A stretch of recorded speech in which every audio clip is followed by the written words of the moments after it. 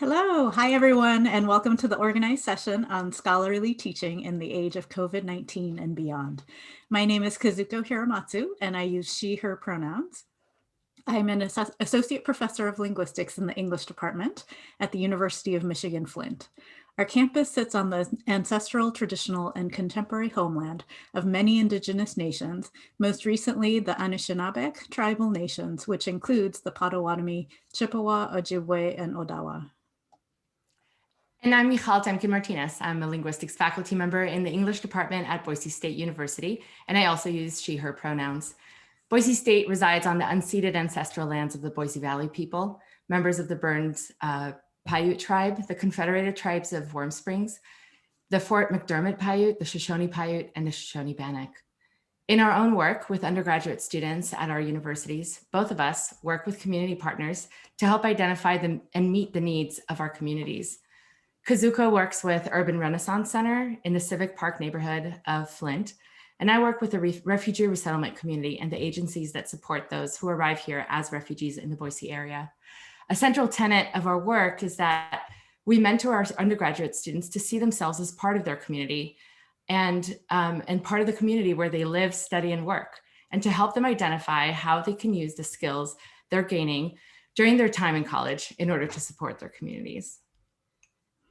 The two of us are also associate editors of the Teaching Linguistics section of Language and co-principal investigators for a National Science Foundation grant to support a year-long faculty learning community, or FLC, on the scholarship of teaching and learning in the field of linguistics. The primary goal of our FLC is to increase availability and quality of the scholarship of teaching and learning research for our field. We are grateful for the NSF's investment in not just advancing the study of linguistic education, but also contributing to the future of our field through better pedagogical outcomes in undergraduate education, following many other STEM fields such as chemistry, engineering, and psychology. We'd now like to introduce you to the members of our faculty learning community in a short video. One important aspect we'd like to note is that following best practices, our FLC also included two student members. Taylor Sharp served as an undergraduate student who has since graduated and is not featured in the video, but is in the audience today.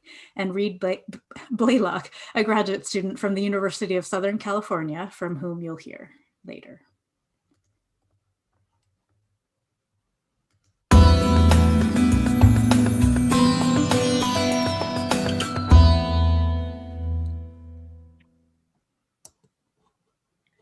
My name is Christina Bjorndal. My pronouns are she, her, and I am special faculty in teaching linguistics and linguistic pedagogy at Carnegie Mellon University in the Department of Philosophy. CMU is located in Pittsburgh, Pennsylvania, originally land of the Osage and Shawnee. I became interested in scholarly teaching and linguistic pedagogy as I developed courses for the linguistics major and discovered that the methods that worked at other institutions didn't work for the students at CMU. This caused my shift in my academic focus to effective pedagogy in linguistics.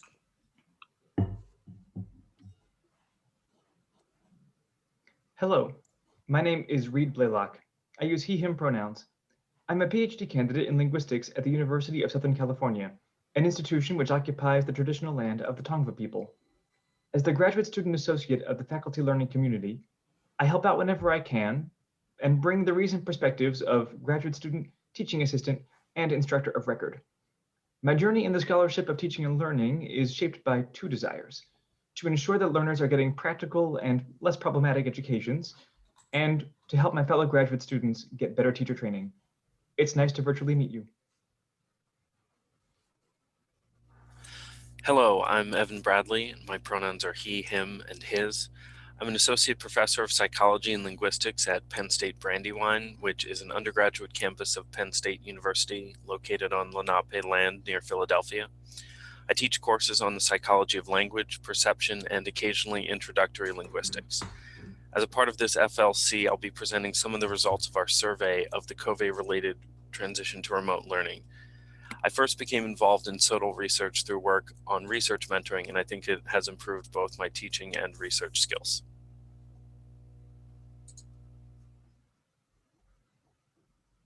Hi, I'm Ann Bunger, and I use she, her pronouns. I'm a senior lecturer in the linguistics department at Indiana University Bloomington, which was built on indigenous homelands of the Miami, Delaware, Potawatomi, and Shawnee people. I teach courses there that range from introductory linguistics for non-majors to psycholinguistics for seniors and graduate students, and I'm a member of the LSA's faculty learning community on scholarly teaching. I value the LSA's scholarly teaching community because of the opportunities that it provides to talk to other linguists who are using evidence-based teaching methods to support.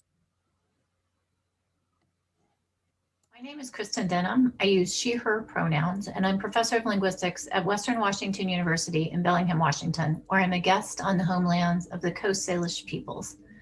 I was trained as a generative syntactician, but I became interested in scholarly teaching primarily because of the students I taught who were required to take linguistics as part of their teacher education preparation.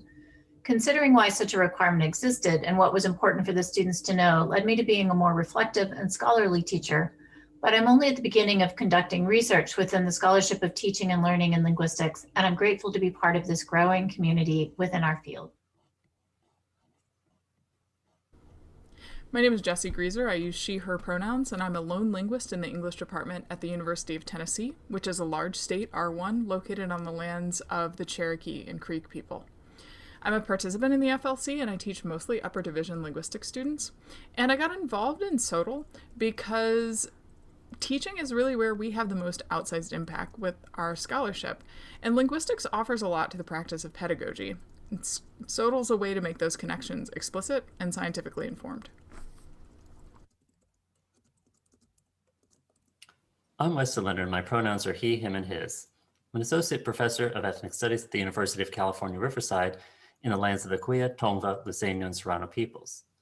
UC Riverside is an ever-growing research-focused institution with a little over 25,000 students, the vast majority of whom are non-white and in many cases also first generation. My teaching spans a variety of themes in ethnic studies, but as a linguist, I focus on language topics, especially language reclamation. I'm very interested in how linguistics can be framed through Native American cultural norms and pedagogies. Hi, my name is Michael Rushforth. I teach at the University of Texas at San Antonio, and I'm a Hispanic linguist at a Hispanic serving institution. So my preferred pronouns are the masculine el, and I'm informal, so tú. The reason I'm interested in scholarship of teaching and learning is because I love two things. I love my students and I love linguistics. And I feel a duty to teach in such a way that uses approaches that are proven to work and not just rely on my own intuitions. My name is Rosa Vallejos, and I'm an associate professor of linguistics at the University of New Mexico. Our campus sits on the traditional homelands of the Pueblo of Sandia. The original peoples of New Mexico, Pueblo, Navajo, and Apache, have deep connections to the land and make significant contributions to the broader community statewide. The University of New Mexico has one of the largest student populations of Native Americans and Hispanics in the country, with many first-generation college students. Our diverse student body presents challenges and opportunities for scholarly teaching. This was the motivation to get involved in this faculty learning community. I'm interested in cross-cultural communication and the development of tools to identify opportunities for intervention.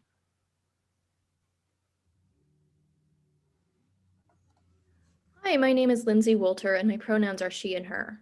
I teach in the English department at the University of Wisconsin-Eau Claire, which is a regional comprehensive university located on the sacred and ancestral lands of the Ojibwe and Dakota nations. Most of my students grew up in Wisconsin or Minnesota, and about half are first-generation college students. Scholarly teaching lets me draw on the wisdom of a community. As a white person teaching in a predominantly white institution, I know I have some blind spots, and the scholarship of teaching and learning has really helped me to think about how all of my teaching choices, from my assessment and engagement strategies to the content of my courses and even the authors of the readings, convey messages about who can be a linguist, whose language varieties are worthy of study, and who is welcome in my classroom.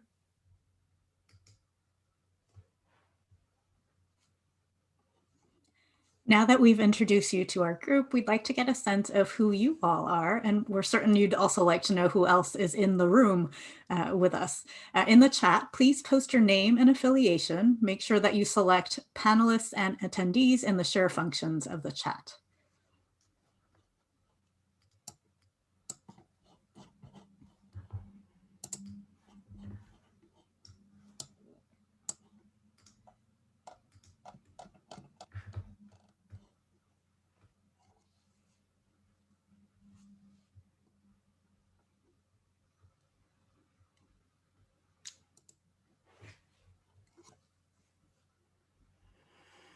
great to see so many of you here with us today.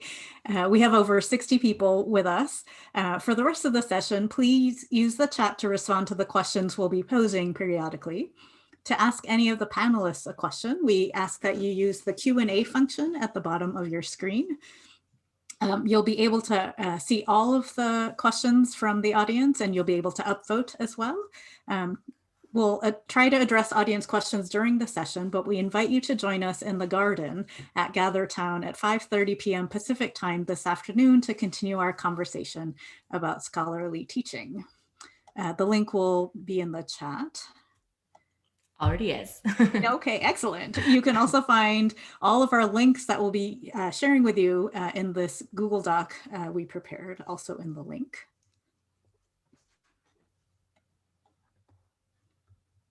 Okay. Before we begin, we wanted to give you a preview of what you should expect over the next 3 hours. The first hour and a half will focus on the work of our FLC. You'll hear from our colleagues Anne, Evan, and Reed about a survey our group designed and carried out about the effects of COVID-19 on learning and teaching last spring. We'll follow that with a panel discussion about FLC members' teaching experiences over the past year. After a 30-minute break, we'll reconvene at 11 a.m. Pacific time for our poster panel session, where you'll hear from 21 of our colleagues about different aspects of their teaching in 3 30-minute sessions. You can find the schedule using the link to our organized session page, which is in the chat. Like us, we assume that many of you are preparing to teach or have already begun teaching in the winter or spring term. We hope that you find our presentation today helpful in thinking about some of the issues you've encountered in your own teaching. You'll be hearing from many colleagues throughout the morning, and we know that you'll find morsels of helpful teaching tips, but we hope that this session also helps in propelling you to think about the issues that your students encounter in broader systemic ways. We invite you to take notes on small changes you can implement this semester or term, but also some longer term shifts you can make at your institution and in our field. All right, so now that we've taken care of some of the introductory remarks and housekeeping, let's get started with our presentations. Our FLC's endeavor began in the end of summer 2019, in the before times. At that point, our group's goal was to spend our first semester learning about scholarly teaching and about best practices in the design and implementation of scholarly projects around teaching and learning in our field. The idea was for each of the members to propose a project that addresses concerns they had within their own teaching context and to possibly collaborate with others in the group. We also set a goal to work on strategic planning for building capacity for scholarly teaching within the field of linguistics. At the end of our first term together, we met in person for a day-long workshop at the end of last year's annual meeting in New Orleans. We began 2020 with the goal of implementing our projects and finishing them before we would have been in our summer in-person meting. While there's no need for us to state explicitly what has happened since March 2020, we'll just say that we had to, for a lack of a better, less overused term, pivot in the way that we approached our goals for the year. One of the major pivots that we made was the design of a survey to LSA membership about the shift to remote instruction and learning in the spring. Our first presentation today will be on the results from that survey, and Anne, Evan, and Reed will lead us through that. Take it away. Let me just make sure to have you on the screen. And there you go.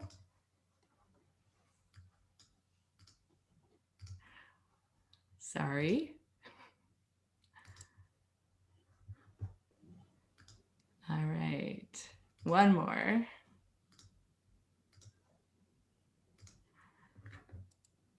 There you go. Could you also add Taylor? Oh, absolutely.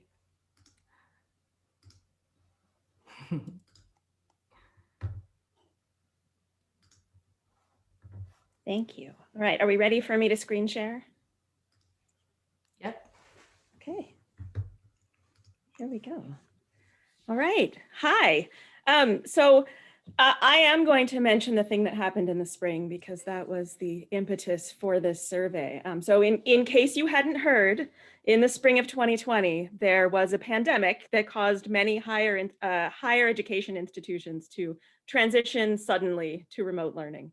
What we plan to do today is to describe the results of this survey that the LSA carried out on the response to this situation among the linguistics community. The survey itself is a product of the entire faculty learning community on scholarly teaching.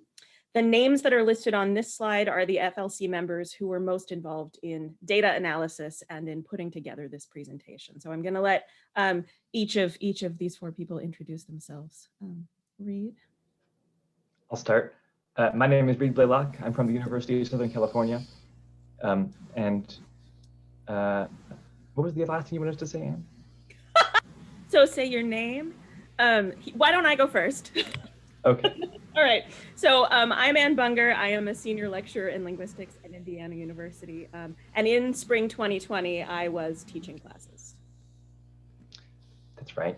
Reed Blaylock, USC. And in spring 2020, I was the instructor of record for 2 courses at UCSB.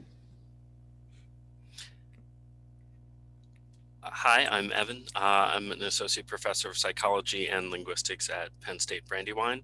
And during spring 2020, I was teaching psychology and linguistics courses, as well as doing research. And I'm Taylor Sharp. I'm a recent graduate of Boise State University with my undergrad in linguistics. And I was finishing out my senior semester, my last semester in the spring of 2020. Okay, thanks. All right, so to set the stage for the results of the survey that we're going to talk about. Nope, wrong window. Here we go. Okay, now I'm setting the stage. So the transition to remote classes that happened in response to our global pandemic was rapid and it was complete, and in many cases it's still ongoing. This was a challenging experience for most of us.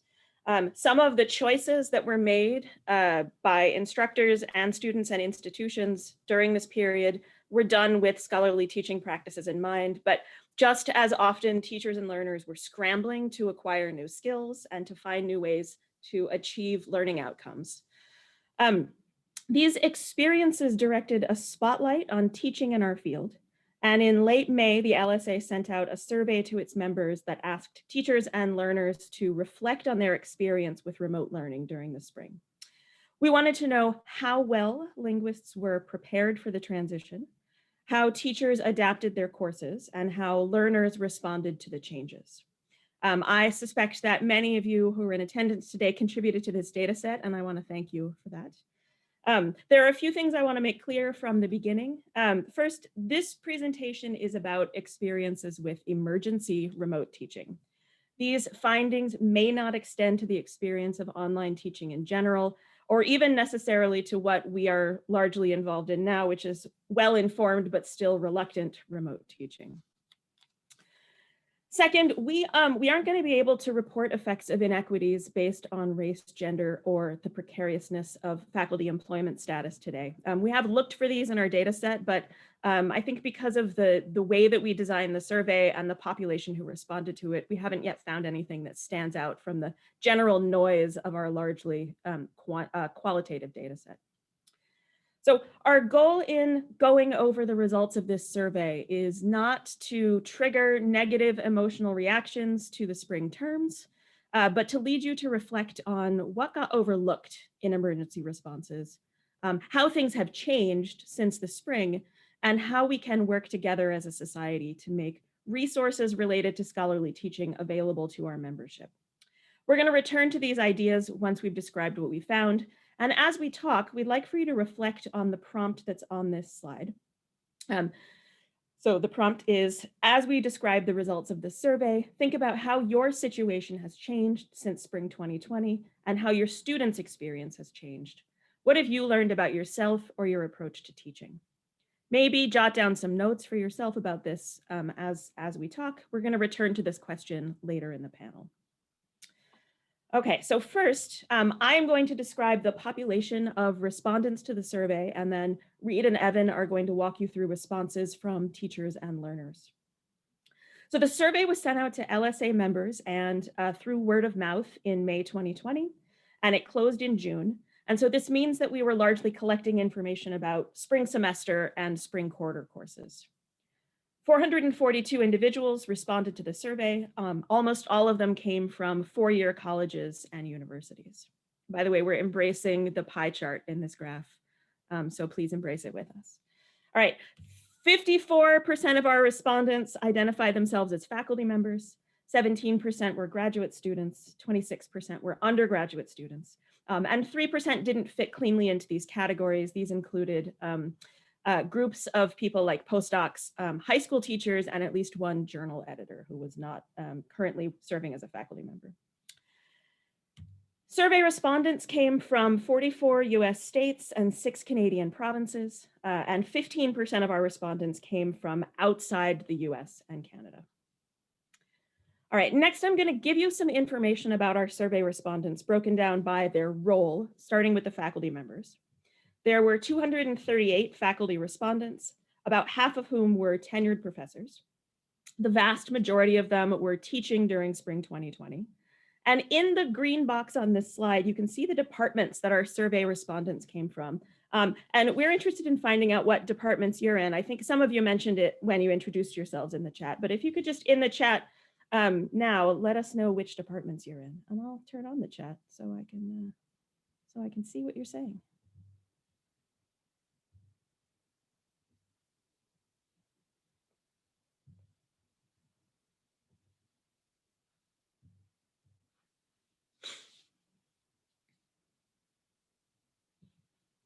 Okay, so one thing that's clear in the chat here and also in the responses of our survey respondents is that not all linguists are in linguistics departments, right? So let's keep that in mind.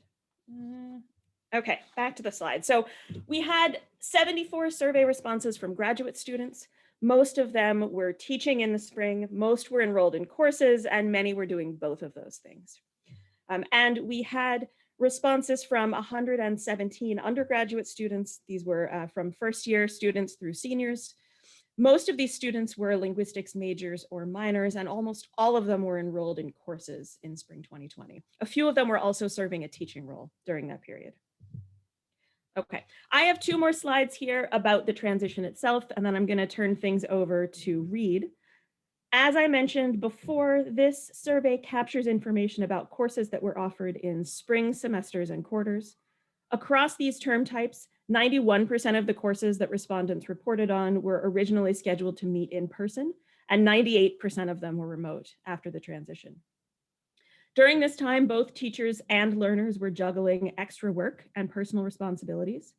Some of these responsibilities included more administrative work and emotional labor, more time spent creating new course materials and learning about new technology for remote teaching and learning, time spent adjusting personal strategies for mental health, time spent monitoring children who were taking online courses for K through 12, and time spent to using linguistic tools to support the community by making sure that multilingual students had information about the pandemic and the campus response to it in their native languages. The nature of the support that institutions offered varied, but here are some trends that we found. First is that time was the least flexible commodity. So less than half of the respondents were given extra time by their institutions to make the transition. This most often took the form of an extended spring break, but I know that some people were given a day to pivot, if that. Some institutions offered technology to assist instructors and students. Some offered financial assistance for students. But most institutions were able to offer flexibility in curricular policies. So for example, either requiring or allowing students to take courses pass-fail or to withdraw from courses without penalty. All right, and now I'm going to hand things over to Reed to give you more specific information about the experience of teachers during this time. Thanks, Anne. You can skip right on to the next slide. All right. So of our survey respondents, 295 of them were teaching during spring 2020, 228 of them were faculty, another about 50 were graduate students, and some undergraduate students were teaching, as well as some postdocs and other kinds of teachers. 67% of teachers were responsible for more than one course. Only a third of them had taught or taken an online course before, so lots of people were learning very new skills. And most had primary responsibility for deciding how to adapt their courses for remote learning. Next slide, please.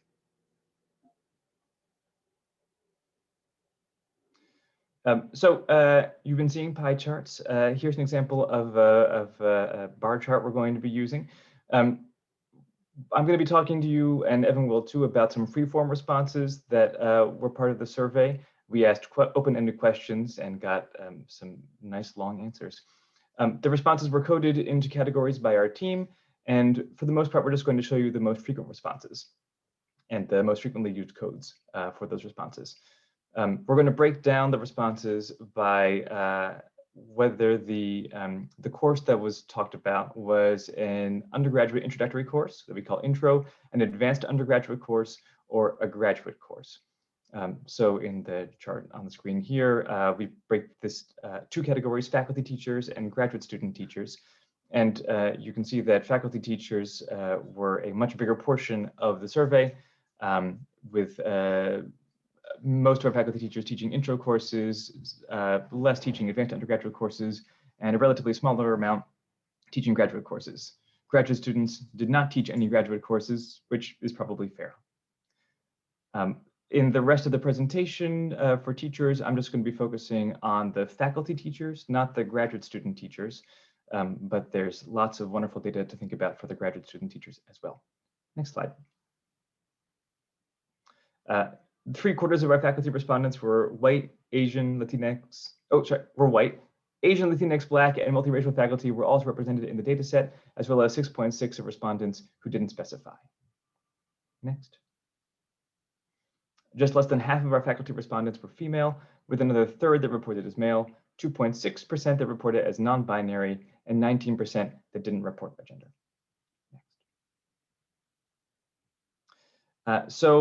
One of the things that was on everybody's mind was whether to go synchronous or asynchronous in their course, or to adopt some kind of a blend. Based on the results from our survey, it seems like intro courses were most likely to be completely asynchronous, or to at least have an asynchronous component if it was a blended course. Advanced undergraduate courses tend to be synchronous or to have a synchronous component. And graduate courses were synchronous more often than asynchronous, and rarely blended synchronicity types. Most graduate courses were either synchronous or asynchronous. Next. We asked what types of changes did you make to your course, and we got lots and lots of responses of all kinds of things people did. Here's just a few of them.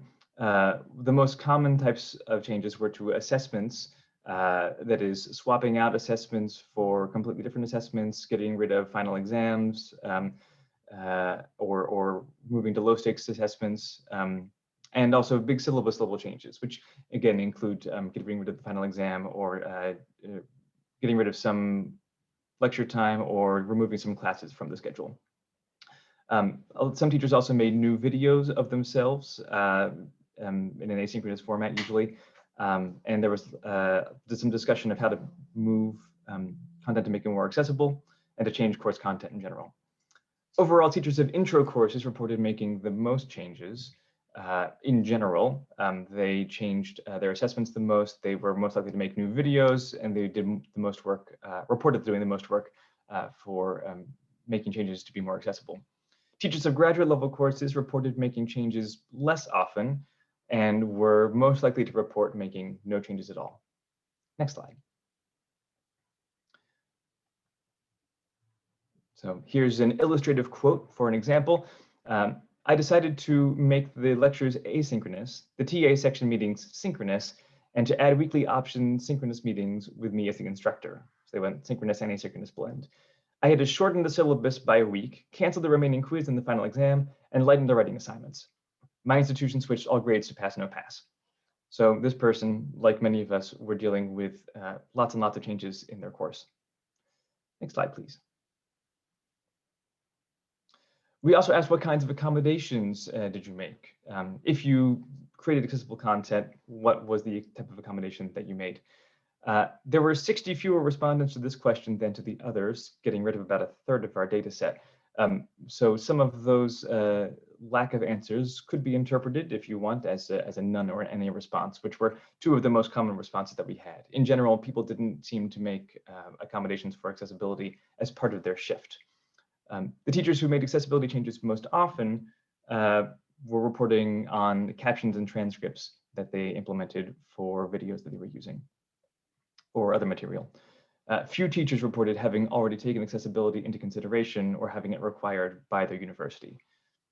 Teachers of graduate level courses were least likely to use captions or to report needing to make accommodations. Teachers of graduate level courses were also not as likely to use asynchronous material, so they weren't, perhaps they weren't making as many videos that needed captions. Next. We also asked, how did the remote portion of your class go? What went well? What was challenging? And we coded their answers to start as just a general mood. How did you feel overall? The most common attitude toward the first COVID semester or quarter was mixed, followed by negative responses, which is not bad. Mixed is better than mostly negative. Moods were mostly consistent across faculty. Faculty teaching advanced undergraduate courses were least likely to report overall negativity, while faculty teaching graduate courses were most likely. But this is all back from the summer. What about now? How do you feel now compared to how you felt in spring 2020? Feel free to tell us in the chat. I'm super curious if you all feel differently like I do.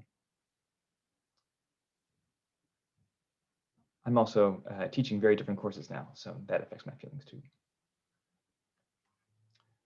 I look forward to reading your responses later. In the meantime, next slide, please.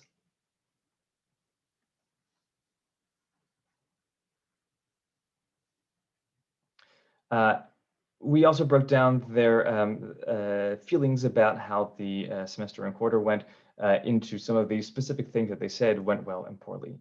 The biggest issues on teachers' minds were about remote technology, engaging with students, and overall workload. The teachers felt that technology engagement and workload were negative most often, but also some teachers reported that they had positive experiences with engagement and technology. Sometimes these two sentiments were mixed into the same response. People started off feeling uncomfortable with it, but found some advantages as they went on. Faculty teaching graduate level courses were most likely to feel negatively about technology, despite reporting the least amount of work making videos and accessible content. And I have a quote to demonstrate that in a second. Faculty teaching graduate courses were least likely to feel negatively about student engagement and overall workload. Next slide, please.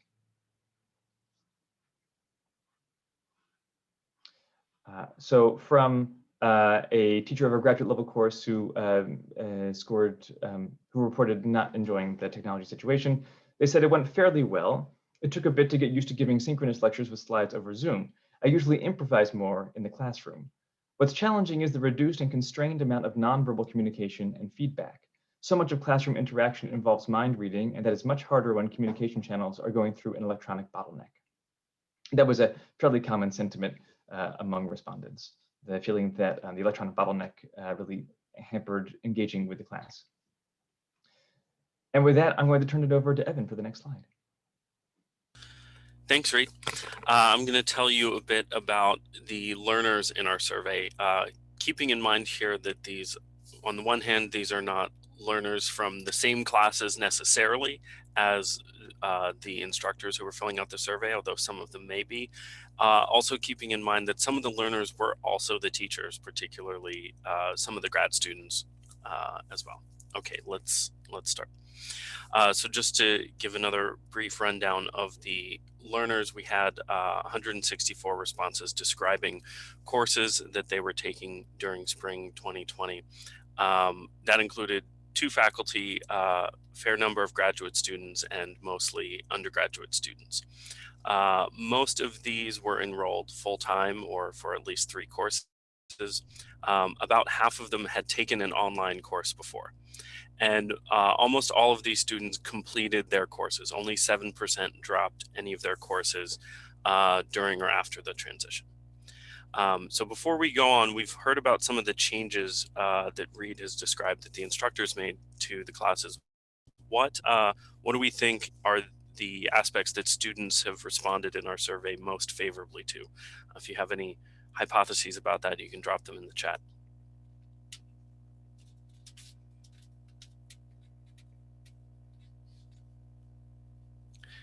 I see a response noting that they asked for flexibility and enjoy being able to turn in their work late. You all are very smart, so we're going to find that out in a moment. Okay, next slide, please. Just a little bit more about the learners here. So here's some demographic data on them. As Anne mentioned in the beginning, we didn't quite have the right response to really probe for differences among these demographics, but we can see here that these largely mirror those of the instructors who are filling it out. So about 3/4 white, about half women. Next slide. Okay, so what did learners think? The number one thing that learners liked the most, or that was most helpful to them during the transition, was flexibility, as well as time, extension on work to be able to complete the course at their own pace. And so those came out near the top. Everyone appreciated when their classes maintained some degree of synchronicity, whether that was, all the classes stayed synchronous and live at the same time, or whether, it met at least occasionally in a synchronous way. Undergraduates in particular valued video resources, which could include, a recording of the live class that they could look at later in case they weren't able to make it.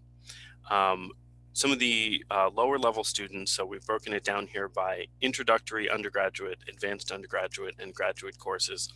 Some of the lower level students benefited from more content resources that could be supplementary videos, extra readings, those kinds of things, but upper level students did not really respond to those.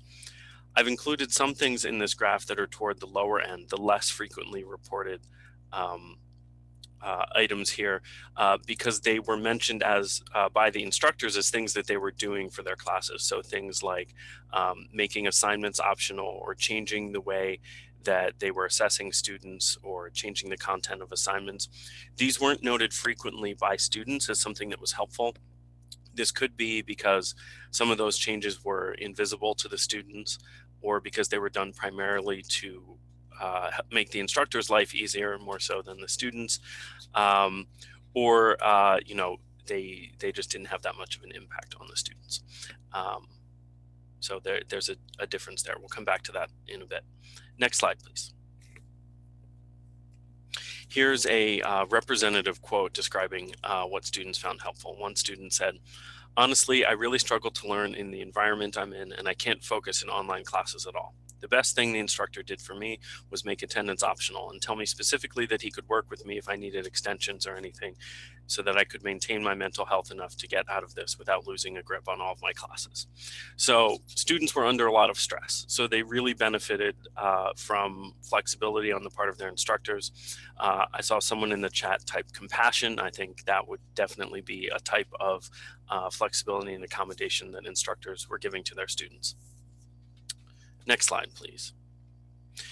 So now we asked learners how they were adapting their own strategies for the class. What did they do differently after the transition that helped them to learn?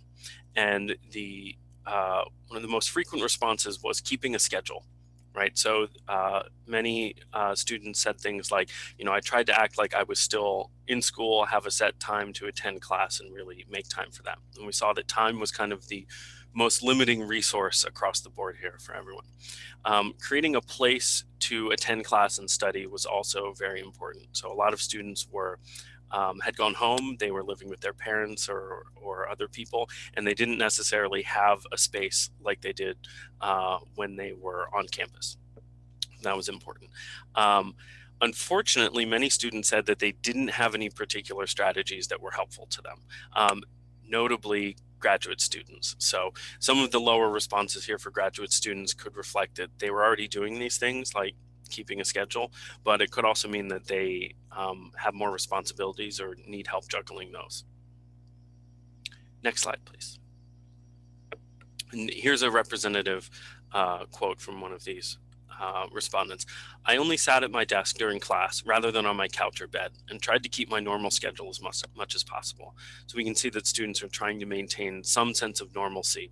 And I think this links back to their positive response to synchronicity, that helps them maintain a feeling like they're still actually at school. Next slide, please. So what did we learn by comparing the responses of the instructors and the learners? Learners really valued the extensions and deadlines, extension of deadlines and flexibilities, and instructors seem to be very willing to accommodate these, to change or delay their assignments and to work with students in order to accommodate these. So what can we do with that going forward? It could be generalized to future assessments by looking at more intentional assessment strategies like contract grading or ungrading in order to kind of incorporate that level of flexibility into the course from the beginning. Next slide, please. Learners also really valued synchronicity and individual engagement with their instructors through things like office hours. However, the flip side of that is that this could create more work for instructors than they have when they get to see students every day in the classroom, when they have to go out of their way to have individual engagement with them. So instructors may need to focus more on creating this sense of classroom community, and they may need support from their institutions in doing so. This could be one of the key differences between online teaching in general and this emergency remote teaching that we're talking about here, where if students are coming from a different learning context in an in-person class, they have different expectations or needs about what's going to happen in the remote learning versus someone who signed up for an online course. Next slide, please. How about the graduate students? These classes, as Reed told us, changed less during the transition relative to undergraduate courses. This could reflect the greater assumed autonomy and competence of graduate students, that they already know how to do many of the things that instructors were supporting undergraduates in. But it also means that graduate students received less consideration and less accommodation from their instructors. So we have to keep in mind that graduate students are students too, and the solution to remote teaching is not just for them to teach themselves, that we need to look at what their both unique needs are, but also how they might be like the other students in valuing maintaining a sense of community and support for the different kinds of learning that they're going to be doing in these contexts. Next slide. So what can we do from here based on the results of our study? Some of the gaps that we saw, some of the things that we did not see instructors addressing, or that they wished that they could address more, was to address more of the inequities that are more pronounced when you have a disruption to the learning process. And ideally, these should be proactive rather than reactive. We saw some of this in what instructors said about teaching for accessibility, that a lot of instructors said things like, I would love to do that, but I don't have time. So unless a student requests it, I'm not going to incorporate that into my class, right? And that's a time as well as a technical support issue. And so students and instructors are going to need technical and financial support from their institutions or from professional organizations like this in order to adapt so that their accommodation of these things doesn't fall behind. And in this group, we think that SOTL research can and should inform these decisions, because if we can test out different things and find out what's working, then we can be a lot more efficient in how we incorporate those. Next slide, please. So what kinds of resources are instructors and learners asking for? Really what they want is a curated repository of materials. So we saw that videos were a big hit both among instructors and learners, and there's no shortage of videos out there. The key part is the curation, right? We can all go into YouTube and search for topics that are interesting to us, but if someone has already curated and selected the best ones, that can save us a lot of time, right? And that kind of curation can also include other kinds of teaching content like problem sets and technical tools and so on. Next slide. And conveniently enough, we have some resources that you may want to check out that may help you along this way, right? There's more. So number one, you can check out the Scholarly Teaching in Linguistics page that was created by the FLC, where we've begun to curate different resources and sort of sorted them and tagged them by different subfields or different resource types that you can use to find something that could be useful in your class. The LSA website also has a page about resources for use during these times. And you can also contact Ann Bunger about getting involved with the Scholarly Teaching in Linguistics Special Interest Group, which is on the screen here, and the information on that is also in the chat. Next slide, please.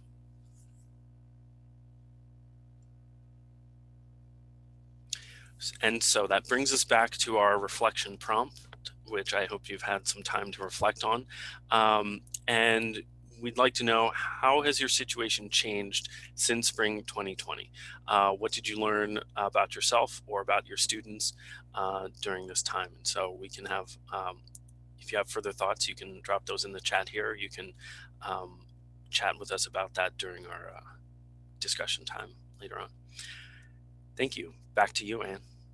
We're going to throw this back to McCall and Kazuko to lead us into the third session, but the third section of this session. But if you have questions for us, you could put them in the Q&A, and we can or bring them up later in the panel, and we can work to answer them.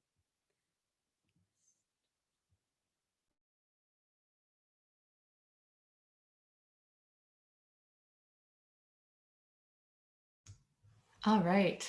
Hi, everybody. Thank you so much, Anne, Evan, and Taylor and Reed. Let me find Kazuko on my screen so I can spotlight her for everybody. Also, Kyle, I have a private message sent to you, but there are lots of chats going on, which is fantastic. We're so excited to see that there are so many conversations going on, but it's made it a little difficult for us to communicate among the panelists and with our tech person. So that's okay. That's a good problem to have. So Kazuko, go ahead. All right. As our faculty learning community thought about our situation and our student situations, about how our situation and our student situations have changed since the before times, we had many conversations about how to adapt the so-called best practices into linguistics and our particular context, thinking also about students' well-being as an important outcome, and the idea that linguistics education can both work for and against justice, equity, diversity, and inclusion. We were also interested in how our disciplinary perspectives inform our pedagogical approach, as well as how our teaching informs our work as linguists. We'll be asking our panelists now to share some of their experiences. We also have some, the resource, a link for resources for scholarly teaching in linguistics, that'll be in the chat. As you listen to the discussion, we hope you will think about your response to the previous reflection question and post any questions to the Q&A tab. As a reminder, there's a way to upvote. So if there's a question already that you love, do that. And we'll leave the last 15 minutes for questions from the audience. So let's bring our FLC members onto the screen.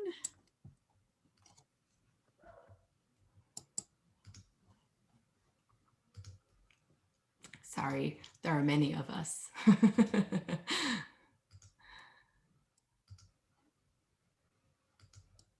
Right. And we'll let Anne and Reed take a break. Let me just make sure everybody else is in that wanted to be up here. Okay. All right. I think we're good. Okay, so a recurring notion in our conversations has been the theme of best practices and some of the assumptions about the universality of teaching that are created around particular contexts. and situations, right?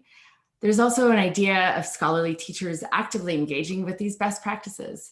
And one of the things that we wanted to know from our panelists and from our FLC is how each of them has critically engaged with best practices to fit their own institutional and individual context generally, and also as a result of the emergency transition. So our idea for this is to have our FLC members contribute their experiences, and this will likely be in the form of a conversation rather than just answering. So I'll let whoever would like to take that answer begin.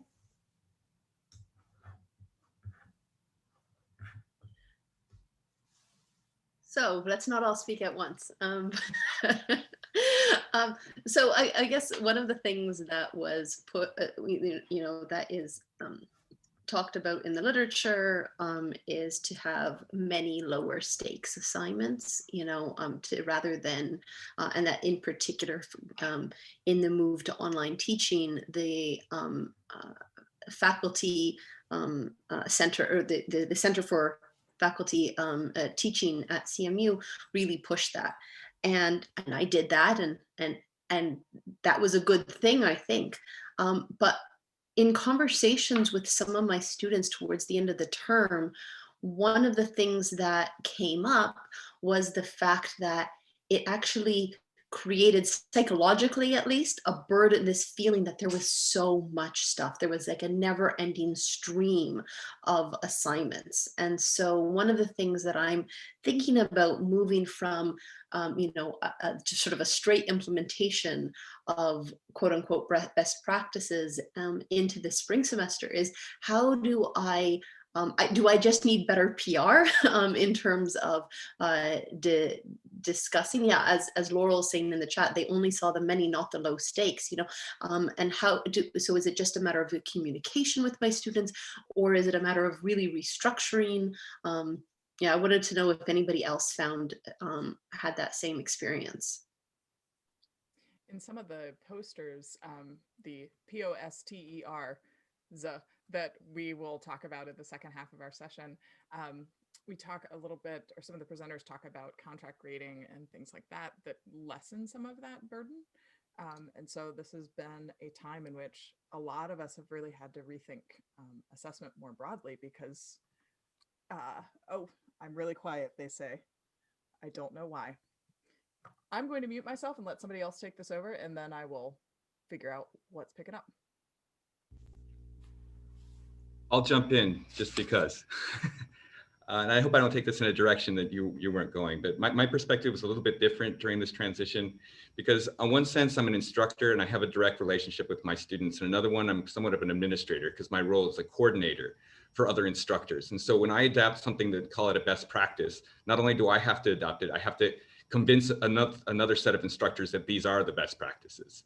And sometimes that transition can involve some adjustments. Sometimes best practices may be best practices assuming that you're competent with technology, assuming that a lot of things, right, about the instructor themselves. And so as I went in, I had a particular role at my university. I was the faculty champion for my department. Now, that's a title I did not give myself, but because I had higher technical proficiency, there were many. I have a faculty member that is not tech savvy. Email was the upper limit of their technological limit. For that instructor, the idea of creating breakout rooms, even though I know that's a better practice for the kind of discussions he wanted to have, that was not the best practice for that instructor. And so there are certain things, we evaluate our own capabilities. We evaluate the capabilities of those that we're teaching best practices to, and sometimes those require adjustments. And that's something that I learned in the rapid transition.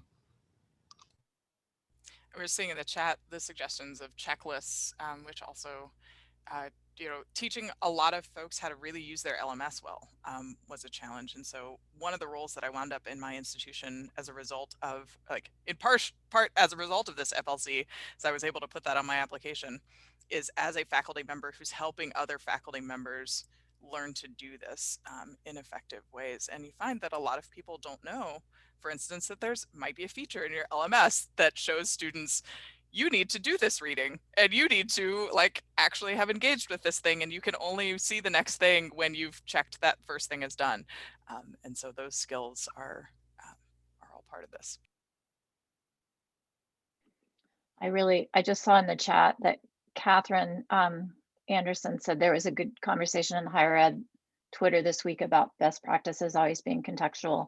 And I haven't actually read that yet, but I just want to give that a high five, because that's what I kept confronting when trying to even pull together ideas for this portion. Is my best practices are just my best practices for my particular context, and it varies by student, by instructor, by everything. So that. I guess I'll jump in really quick. Oh, I'm sorry, Wes, go ahead. To echo that theme, I also noted the very important point made in the chat, and I'm going to check out a discussion myself. To say with my students, I often talk explicitly about so-called best practices, sort of why they are best or perhaps not best in that particular context. Providing this sort of the rationale and sort of opening that line of communication, I think, is very, very useful. I also note that throughout this conversation thus far, we have been saying something like so-called best practices, or otherwise using voice intonation, to call some attention to whether they're actually best. And in the Google Doc that our group was using to prepare for this, we tended to put best practices in quotation marks for the same reason. Reminded also of what gets called universal design. It's a concept I believe in that I try to practice, but it isn't actually universal. Nothing is actually universal. And I sometimes wonder if the theme of universals in linguistic science sometimes will cloud the judgment, this idea that if something is applicable to everybody, that's better, or conversely, that we should try to find things that are applicable to everybody, rather than thinking that there are some general principles that apply relatively widely, but never fully, and that we can sort of, and start the engagement from there. One thing I just want to add to these conversations about best practices is that in addition to best practices in the scholarship of teaching and learning, a lot of us have had to think about best practices within linguistic methodology in our teaching, right? I taught a field methods course in the spring, and we definitely had to let go of some of the better practices for teaching field methods because there were a lot of things we couldn't take into account because luckily our wonderful collaborator had the technology to be able to continue to work with our group, but there were a lot of things that we missed because we were doing it over Zoom. So, yeah. I also want to add, go ahead. Oh, go ahead, Rosa. A quick follow-up on what just Michal said.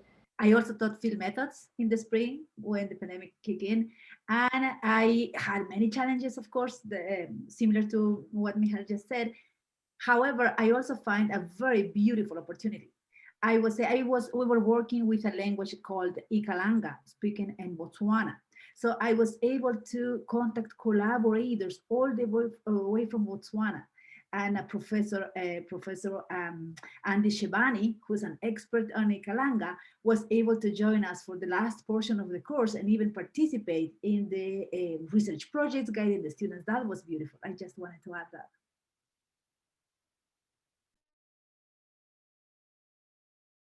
I was going to add to the conversation that's unfolding in the chat about, no matter what you do, you're going to have students who won't be pleased with one way or the other. One thing I think we can probably agree is, in fact, a best practice is telling your students why you've made decisions and teaching reflectively and teaching in a way that is deliberate about the choices that have been made, and then communicating those to the students, which does a world of good, of saying, okay, I'm using this video and it's not me. but it's because I can't animate the vocal tract. And so this is a video in which you can see inside the vocal tract. And it's actually even better than when I teach it in person because you can see the inside. And those sorts of things help students understand, and then they feel like they've got something at stake, and they tend to respond a little better. Just picking up on that, that was definitely a comment in my FLCs. Where I was extremely explicit about why I was doing something, the students, pointed that out. They said, like, look, there's actually research on what to do here, and she did it, and that was awesome. And even if I didn't like it at the time, or even if I think it could be changed, I really appreciate it. So they really, really want to. I think they appreciate that transparency, and they feel, I think, less condescended to when you are upfront with them about that. I actually just want to draw attention to Lynn's comment in the chat. There's a push from administration and the corporatization of higher ed to create a teacher-proof curriculum.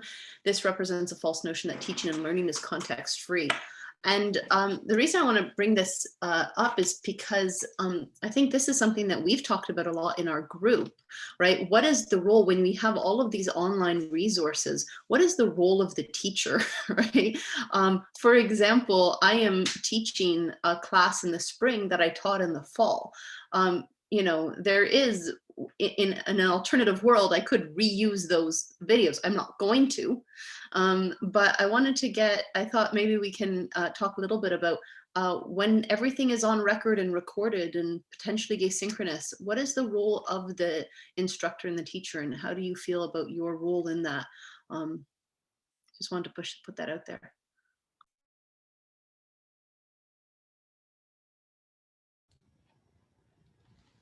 Go ahead, Christina, because I'll take it, like the role of the instructor when things become asynchronous. And I mean, I can only speak for myself, right? I think during this asynchronous time, it can become depersonalized. And the thing that I care a lot about is that my students feel that I care about them. I think that if they can, there's an emotional component to learning, I think that sometimes we ignore, right? We list out objectives of what we want people to know, but a lot of things that really motivate us are really about how we feel about something. And I can tell that the subjects that I cared most about is when I thought that the teacher cared about the subject, and especially if they cared about the subject and they cared about me. And so I guess everybody projects their own learning experience to some degree when they teach, and that was mine. And so where I've taken on this time, it actually frees up time to have individual consultations. So I'll use technology like Calendly and Zoom to make individual appointments. And so in some ways, it becomes a more personal experience in that way. So there's potential to be exploited. I don't know if that's the right word, but potential to be developed in that area to actually create these a much more individualized curriculum.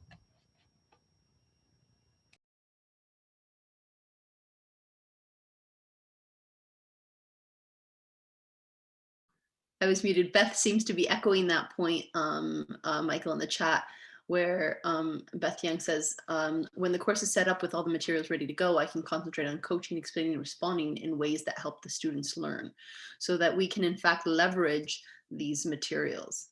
Are there other perspectives on that? There's more opportunity I found for sort of one-to-one feedback. And so I honestly don't know how I did this, but I somehow cultivated an environment in which my students were willing to write on their homework, I answered this thing, but I don't really know what I'm doing. And I would get that answer quite a lot, and in an open-ended box. And then I could use the video feature in video feedback in my learning management system, which happens to be Canvas. And I would give them a little 2-minute lecture that was just for them.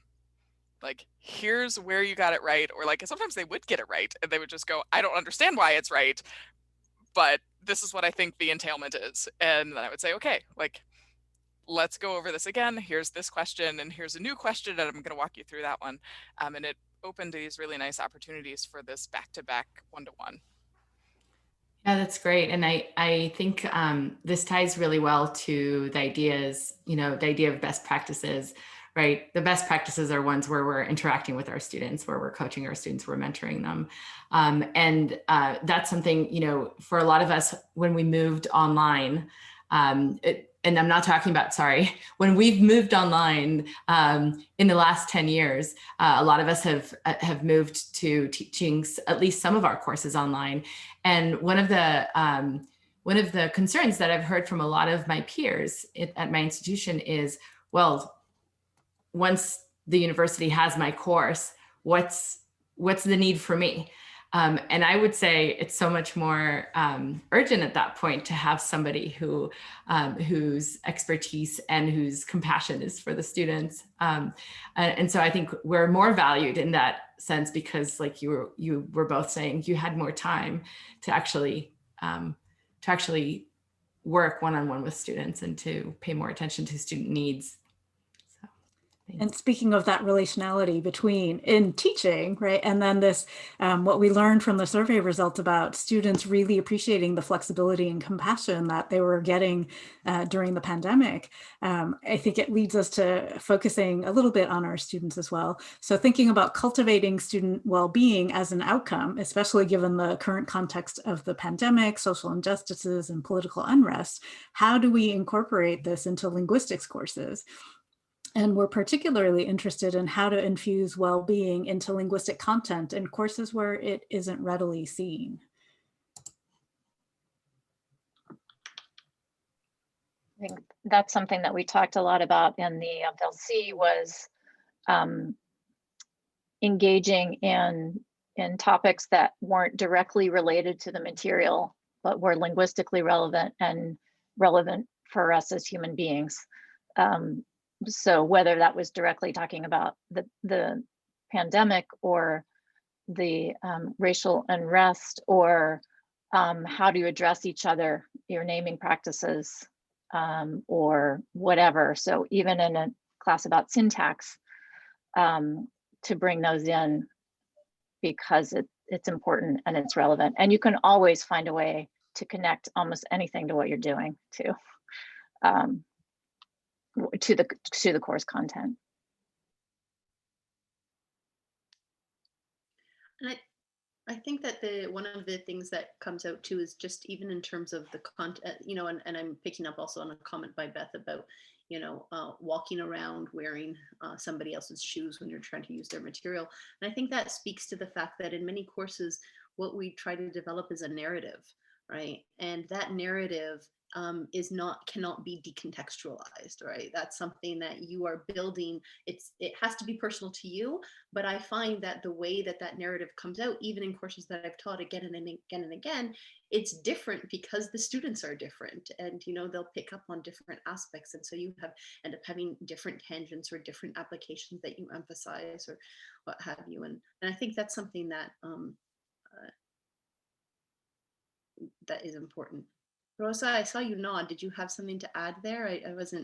I'm sorry to pick on you there, but I saw you. No, I just have a quick reaction to this whole issue. And I think one of the conversations that we had is whether we could, we actually use the material as it is, or whether we end up customizing it, giving a lot of context and sometimes modifying the material, whether we do have to do something with what we find. And in my personal experience, I usually don't find something that it's ready to go and I use it in its entirety. I usually use portions of it or get inspired by it to design my own. So that's my feeling. And it's not because I'm necessarily picky or detail oriented, but it's because of the student population that I'm engaging and the types of questions that I'm trying to answer in my classes.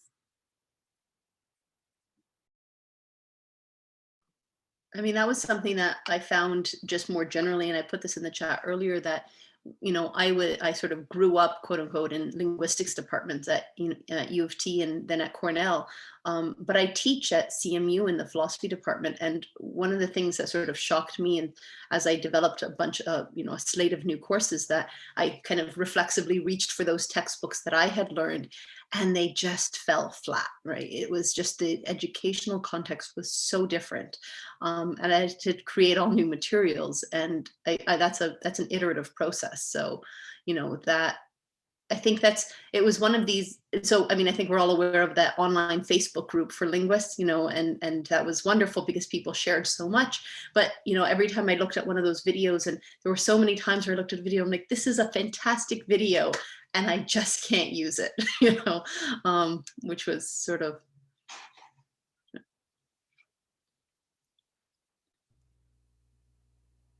Okay. There's a really nice question in the chat about class preparation on the part of students from Sandra Lanehart, and getting students to read and the practices that we use there. I actually had a really interesting thing happen which was that in one of my courses where my students read each week an actual empirical, like they're digging into the Journal of Sociolinguistics and into the reading each week, and they choose their own articles. And I typically had students present the article from the front of the room and run a discussion from the front of the room. And that's the way that we did it in person. And I realized it wasn't going to work on Zoom. And so I started putting students into breakout rooms with one student in the group leading each breakout room. My gosh, did my students do the reading, because they did not want to hang their classmate out to dry. And so it was just, I'm never, ever, we'll go back in person. I'm never going back to doing the presentations from the front of the room again, because the students felt so much more accountable to each other. And then they learned better. Their final papers were better. It was just astonishing. And I attribute it all to that shift. Sorry, Jesse, can you just repeat exactly what it was that you did? I didn't. So typically, the discussion of the article would be led by a group of students at the front of a physical classroom. Mm-hmm. And I could have done that on Zoom, but what I chose to do instead was to say, there's 4 group members, have 4 breakout rooms with 1 group member leading the predefined discussion. Mm-hmm. And the increased social pressure that created on the rest of the students was that they did a much better job reading the articles. And then that turned up in their writing, which was incredible. I did something not related to reading, but I think I'm going to implement it, sort of that idea of that social pressure, but in a positive way. I think can really be leveraged. What I did I taught morphology, and in previous small classes, what I've often done is ask students to write a weekly reflection on what we've covered. And that has worked well and whatever, but this semester I didn't want to read more stuff. And so I decided to make them instead, I put my students into pairs. I had 13 students, and so they would rotate through in partners, and obviously a group of 3. And I had them do a Zoom conversation that they had to record, and it was a conversation reflection of that week's, or that unit's material. And what I found is that, I capped it at 10 minutes, and my students said that it took a lot longer than 10 minutes because, if they have to do it in 10 minutes, they have to have basically a script for it, and there's a lot of preparation that goes into it. And so some of them said they had a 40-minute conversation first, and then they went back and they recorded the 10-minute version for me. But that kind of interactivity and that pressure, like they both made sure that they reviewed, the material for the week to talk about it, to apply it.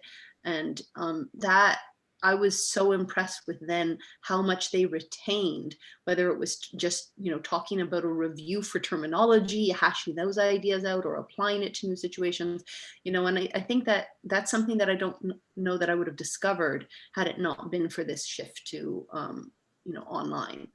So I really, I think leveraging those sort of small group experiences and, Yeah, I think one of the things that at my institution, one of the discussions that we've had at my institution about this had to do with, really rethinking our readings, right? Looking to see, is it really necessary that students read a 40-page chapter every week, right? Can we help them focus their attention on particular parts of the chapter, or can we help them in skimming through certain parts and really focusing their attention on the things that we won't be able to address with them if we're meeting with them synchronously, or that we're not addressing in our pre-recorded sessions in asynchronous classes, and we've continued that in the fall. So this wasn't just because of the shift. I think one of the reasons for this conversation really had to do with the gaps that have always been there for our students. The gaps having to do with equity, diversity, inclusion, and justice issues, and the sort of issues that some of our students have encountered in the past in maybe less visible ways, but that really came to the surface this year, and they became more visible as they affected more of our population, as we became more aware of it because we were going through it at the same time.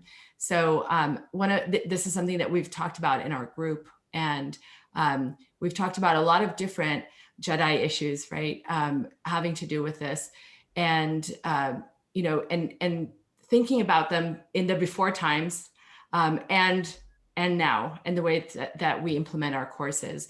And some of the topics that we've talked about were things of, you know, how do we select and present languages and language examples in ways that don't actually reproduce the sort of isms and the colonialism, the racism, and sexism, and all sorts of other isms. And so this conversation, you know, we've been talking about the shift, but let's talk a little bit about, you know, how our linguistic teaching responds to these issues regularly, right? And how can we continue to do that? You know, people are talking about post-COVID times, right? I'm a firm believer that we shouldn't go back to the way we did things before COVID, right? In the before times. What are the kinds of things that we can do to engage with issues of justice, equity, diversity, and inclusion in linguistics and in our courses and with our students in particular? I want to really quickly point out that this whole thing that we're talking about these prepackaged courses and what is the role of the instructor, this offers a really beautiful opportunity, for example, to make sure that our data sets are quality, that they contain different kinds of relationships in the kinds of sentences that we're having our students treat. It's not just John hitting Mary, and that we've really carefully curated that stuff. And it allows us not to do things on the fly, and to have already done that thinking, because that thinking is really hard to do. There's a discussion happening in the chat about getting behind on assessing, right? We all run out of time 2 weeks into the term. And so that layer can be done ahead of time, which then really opens some possibilities to make sure that we're teaching in a much more inclusive way.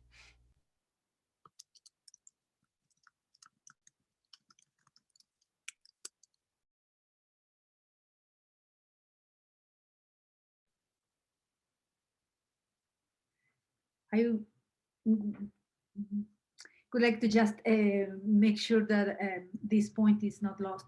One of the conversations that we have in our meeting is that how do we try to incorporate data, languages, voices from beyond English?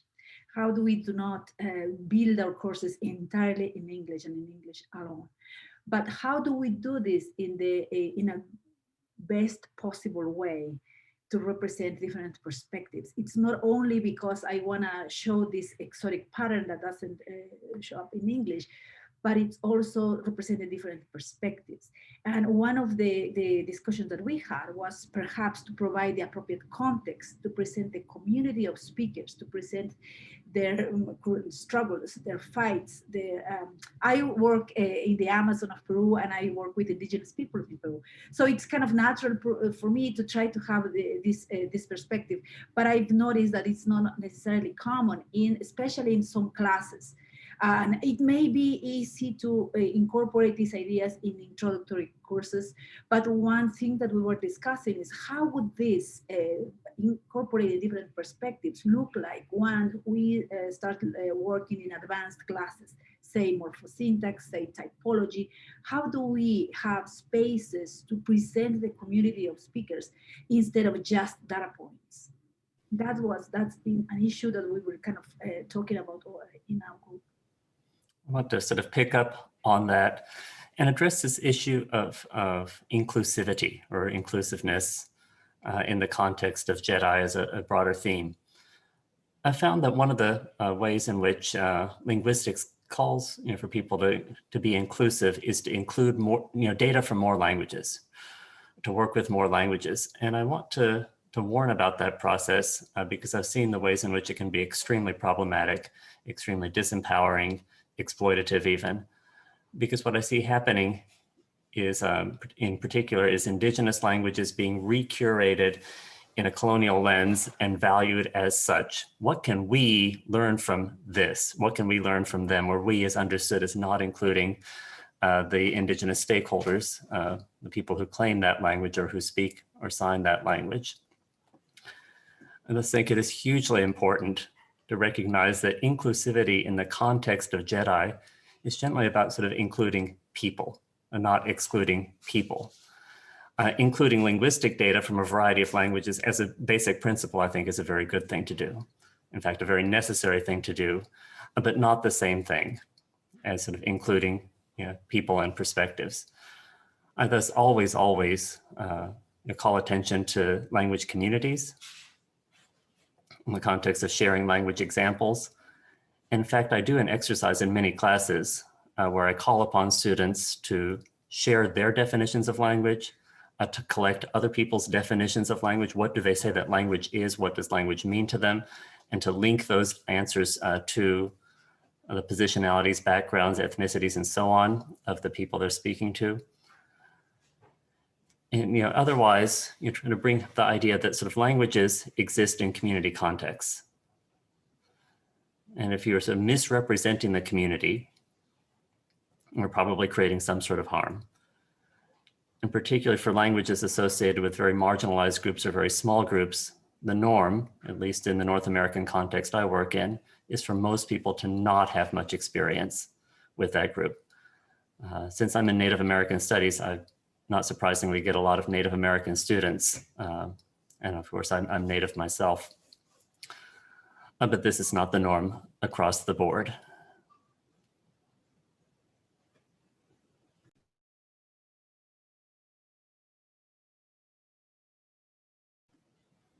I'll further add there that the ways in which languages are talked about categorically, particularly with respect to what I call the E word, I'll just say it now, extinct. It's been hugely damaging. I've spent the first 10 years of my career proving that Miamia, or also known as Miami, is not extinct. One, because my Miami community has reclaimed it from archival documentation, speaks it, uses it, it changes, and so on, being transmitted intergenerationally. But it gets called extinct sort of within the logics or within colonial logics. It's hugely damaging to tell people that their languages are extinct, or to otherwise be careless to locate them in the past. This is a language that used to be spoken in such and such place, as opposed to saying this is a language that is indigenous to such and such place.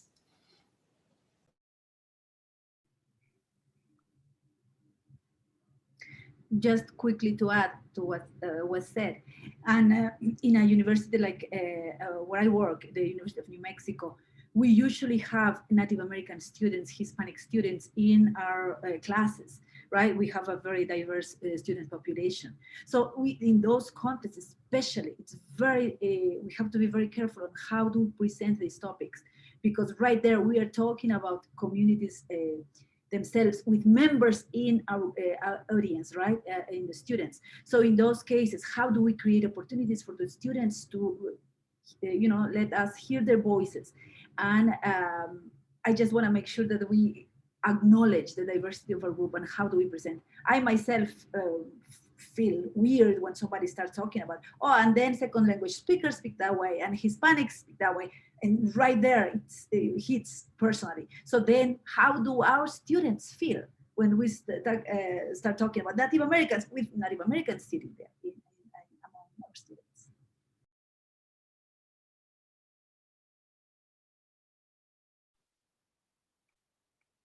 I'm just going to say that these kinds of conversations that we're having right now is something that I know I, for one, have really benefited from as part of this group. And I think it's one of the ways where you can see that the discussion of pedagogy and how we teach then can also inform what kind of linguists we are. That's going to be a question that we're going to be bringing up later in our poster panels, but maybe just wanted to highlight that as something for our other panelists and attendees to maybe let percolate for the next little bit when we go on break. Yeah, I think that's a great point, Christina, and thank you everybody for contributing to that last question. I see that there's a lot of discussion in the chat. I can't quite follow all of it, but these kinds of conversations, as Christina said, these are the conversations that we've been having in our faculty learning community, and many of us have found them extremely valuable in our own approach to our teaching, to our research, to our identity as linguists, to our just our human experience. Some of us have also, used this as a good launching point to advocating for linguistic justice on our campuses. And so taking it beyond our field, but also to our campuses. And so we hope that you also think about these questions, and that you also engage with your colleagues about these kinds of things, and that you consider all of these issues and points as you design your courses, as you work on delivering your courses, and as you have those conversations with your students, whether explicitly or implicitly. One thing I wanted to address from the chat is there's a conversation going about how do we continue having these kinds of conversations and providing resources. There are some conversations about possibly starting Slack or Discord groups. We would love to help publicize if any of you are starting groups. There was a conversation about the Facebook group not necessarily being accessible for those of us who are not on Facebook. We would love to be able to promote that. We do have an email for in the Linguistic Society of America for scholarly teaching that is checked regularly by our group. So scholarlyteaching@lsadc.org, if somebody can pop that in the chat. So please let us know if you do end up providing one of these online communities. One thing we do want to let you know is that we're working on a future instantiation of what is currently called the LAD, the Linguistic Academic Depository, which is extremely underused, but is available to you at on the LSA webpage. Once you log in under many, many different links, we'll put that in the link for our session document. But we're working on something that could be really useful, but also that also acknowledges the scholarly contributions of people who create materials for teaching, and will allow for reflection on those kinds of contributions. Thank you for all of that. And one more thing here, we do have, sorry, that was the wrong link. Don't pay attention to that just yet. Kazuko, go ahead.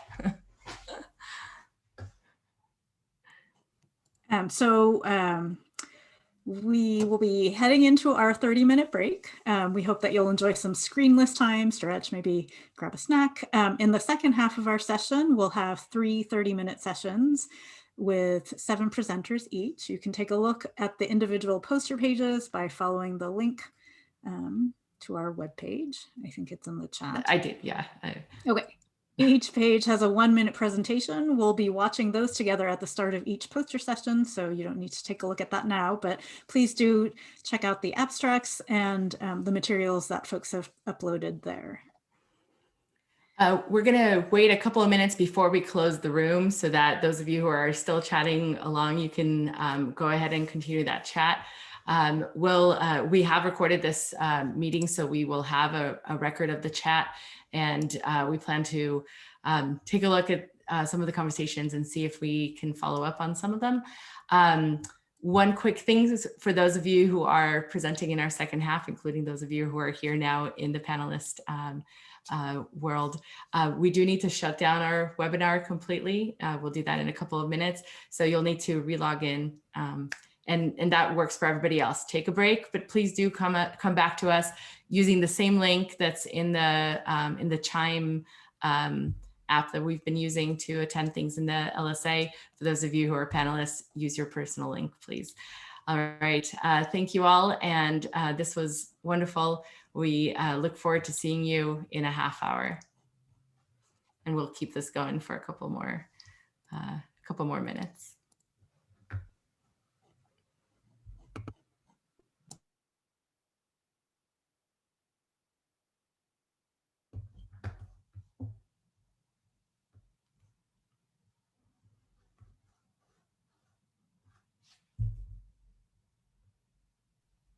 So Michal, I'm going to just ask, the personal link is in that spreadsheet, right? And so I get out and I click the thank you. Hey, I decided I'd be the one to ask the dumb question. Yes, thank you, Reed, for saving my butt. I logged in and was like, I know I need to have something else. Where did that come from? I sent was a very confused dumb too. email to Kazuko earlier, so thanks Kazuko for helping us all. I have actually mostly shifted to Pacific time successfully, but that meant that I got up at like 9:15 this morning and then needed to take my dog on a 4-mile walk in hopes that she would actually crash out, which she's sort of done. So email didn't happen. I was hoping that my cats would be, sleeping or, otherwise being quiet, and that did not happen. Actually, there are 3 babies on the floor. One just went under the couch. I came to campus specifically so I'd have the most quiet environment because there's nobody here on a regular day, on a Saturday even less. And just before the thing started, I discovered I hadn't turned off my Google Voice, and suddenly I got doo-doo-doo like that. So, I got phone calls coming in. So it doesn't matter how much you control your environment, there's always some telephone or something you've forgotten. So I guess we all leave now, and then does it matter how long we leave or just that we leave? Like, because my question is, we should be here early enough. Uh-oh. We can't hear you. People getting in now. Kyle is about to shut us down, so you don't have to leave, but just come back, please. I will be there. Okay. Okay. Join us in GatherTown if you haven't been to GatherTown yet. It is Not quite right delightful. now. But not right now. But not right now. Right. Come back, take a break, and come back in a half hour. But we come back in like 2 minutes. Yes. And Reed, Evan, great job. Yeah, that was wonderful. Awesome Thank panel you. discussion.